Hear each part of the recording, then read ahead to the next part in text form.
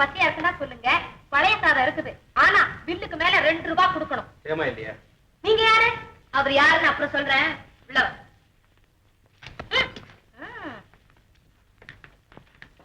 என்ன விஷயம்?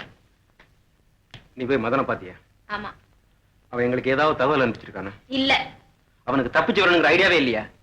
அவரை பத்தி இவ்வளவு அக்கறையா விசாரிக்கிறீங்களே, அந்த மாலத்திய பத்தி கொஞ்சமாவது கவலைப்படுறீங்களா? புருஷன் ஜெயிலுக்கு போயிட்டான், ஆதரிக்க யாருமே இல்ல. அவ திரும்பி பழைய தொழிலுக்கே போயிட்டான். ஹோட்டல்ல போய் பாருங்க, கழுத்துல தாலியோட கண்டவன் முன்னாடி ஆடி பழச்சிக்கிட்டு இருக்கான். அவ புருஷன் திரும்பி வர வரைக்கும் அவளை காப்பாத்தணுங்கிற நல்ல எண்ணம் உங்கள யாருக்காவது இருந்ததா? மதன் கிட்ட மட்டும் அப்படி என்ன அக்கறை? கொள்ளையடிக்க ஒரு கை குறையுது என்ன? நான் சொல்றத கேளு. போதும், நீங்கெல்லாம் யாரும் தெரியாம நான் ஏமாந்தது போதும்.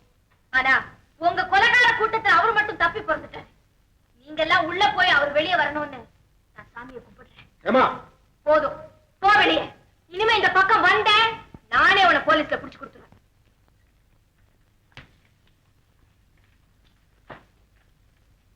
யாரடி பாட்ட திருட்டு பய மாதிரி இருக்கிறான்? ஏமா, வர வர உன் சகவாக்க ஒண்ணு நல்லா இல்ல, ஜாக்கிரதை.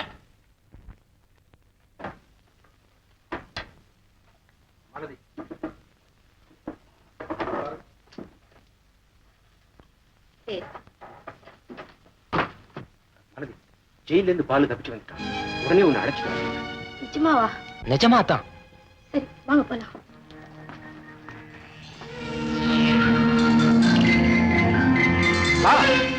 பாலு எங்கே? உள்ள இருக்கான். பாலு, பாலு.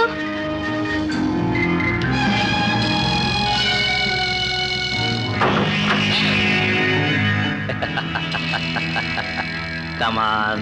பாலு எங்கே? பாலு ஜெயில்ல. அப்பா, என்ன எதுக்காக இங்க கூட்டிட்டு வர சொன்ன? அத நான் சொல்லித்தான் நீ தெரிஞ்சுக்கணுமா? அறியாத வயசா, புரியாத பருவமா? ரஜினி. அதான் ரஜினி ஸ்டைல். என்ன விடு ரஜினி, என்ன விடு. ரஜினி, என்ன விடு, விடு. என்ன விடு. கில்லாடி.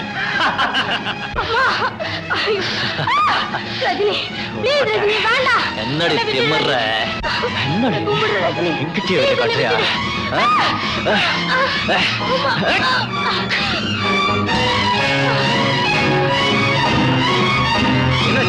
ஏய், போடா போடா அவளை.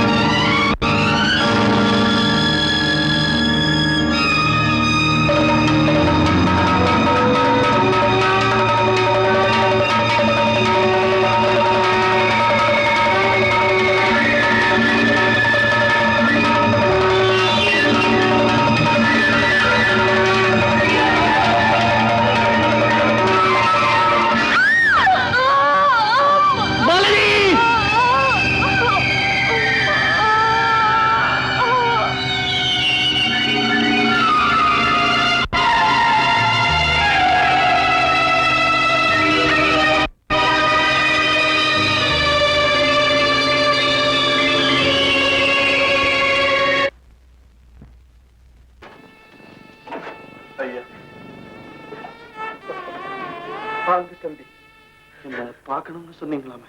ஆமா, நீங்களாவே என்கிட்ட வந்து அருகாபத்தோடு பேசினீங்க, பழகினீங்க. அதனால உங்ககிட்ட சொல்லிட்டு போகலாம் ஆசைப்பட்டேன். தம்பி, நாளை காலையில 5 மணிக்கு என்ன தூக்குல போட்டுடுவாங்க. நான் சாவறத பத்தி கூட கவலைப்படல. ஆனா என் ஒரே மகன் குருட்டு பிள்ளையா எல்லாரும் போடுற மிச்சம் மீதி திங்கிற பிச்சைக்காரனா ஆக்கிட்டு போறேன்னு அதை நினைச்சுதான் அழுகிறேன். ஐயா, உங்க மகனை பத்தி நீங்க கவலைப்படாதீங்க. அவனோட எதிர்காலத்துக்கு நான் பொறுப்பேற்றுக்கிறேன். தம்பி, உண்மையாதான் சொல்றீங்களா இல்ல ஆறுதலுக்காக சொல்றீங்களா? இல்லைங்க, நான் சத்தியமா சொல்றேன். இனிமே உங்க பையன் அனாதை இல்லை, உனக்கு நான் இருக்கேன். தம்பி, நீங்க யாரோ எனக்கு தெரியாது. ஆனா இந்த ஜென்மத்தில் எனக்கு எல்லாம் நீங்க தான் தம்பி, நீங்க தான். இனிமே நான் சந்தோஷமா சாவேன். தம்பி, நீங்க நல்லா இருக்கணும், நீங்க நல்லா இருக்கணும்.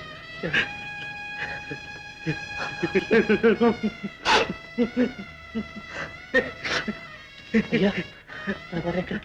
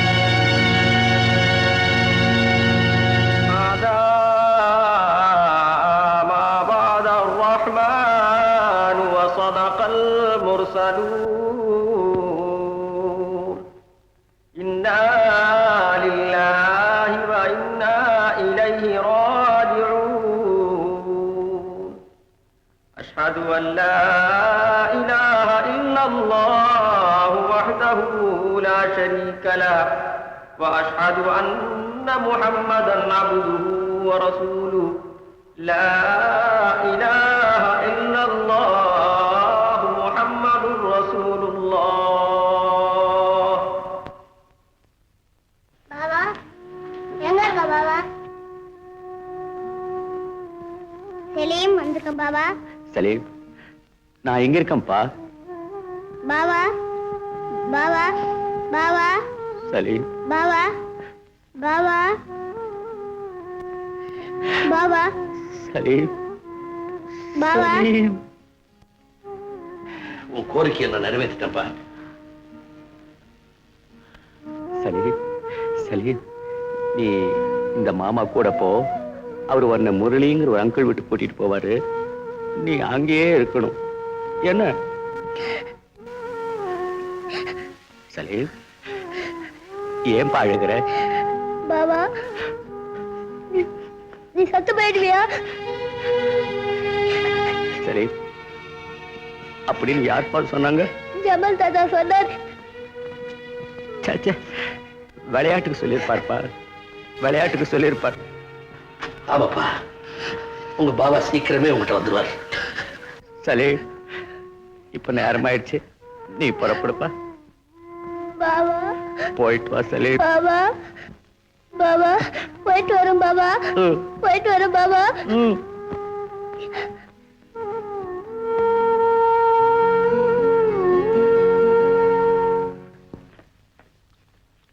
அக்கா, கொஞ்சம் எல்லாத்தையும் பாத்துக்க, நான் போயிட்டு வந்துடுறேன். எங்க போறேன்னு மட்டும் கேட்காத, அபசகனம். எங்க போறேன்னு நான் கேட்கலடி, நீயே சொல்லிட்டு போ. இனிமே உட்காந்துட்டு தான் போகணும். கோச்சுக்காதடி, 18 வயசு பொண்ண எங்க போறேன்னு கேட்கணும், 80 வயசு பொம்பளைய எப்ப போவேன்னு கேட்கணும். இந்த நாட்டு பழக்கண்டி. இங்க பாரு, இன்னைக்கு மதன் ஜெயில இருந்து விடுதலை ஆறாரு, அவரை வரவேற்கிறதுக்கு போறேன். அவன் என்ன உப்பு சத்தியாகிரகம் பண்ணிட்டு உள்ள போயிட்டு வந்த தியாகியா மாலை போட்டு வரவேற்கிறதுக்கு? மாலை போடுறதுன்னா மாலைய மாத்திக்குவோம். அவரும் ஒரு விதத்துல தியாகிதான். நீ கல்லாவை பாத்துக்க, எனக்கு கொஞ்சம் பணம் கொடு. எதுக்குடி? மாலை வாங்கு. அடியே அடியே அடி, என்னடி இது? பணத்தை பூரா காலி பண்ணிடுவா போல இருக்குது.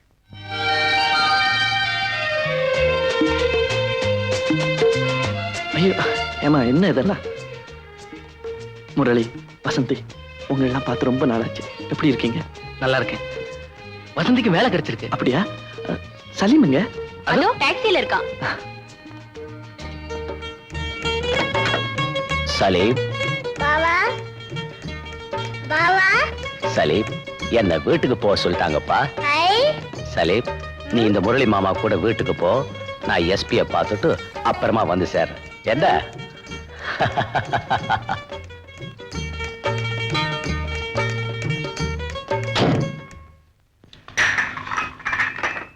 காபி சாப்பிடு. என்ன யோசிக்கிறேன்? இல்ல, பழைய ஞாபகம். முதல் தடவை நான் இங்க வந்துட்டு போனேன். அதுக்கப்புறம் நான் எப்படியோ மறுபடியும் இங்க வந்திருக்கேன்.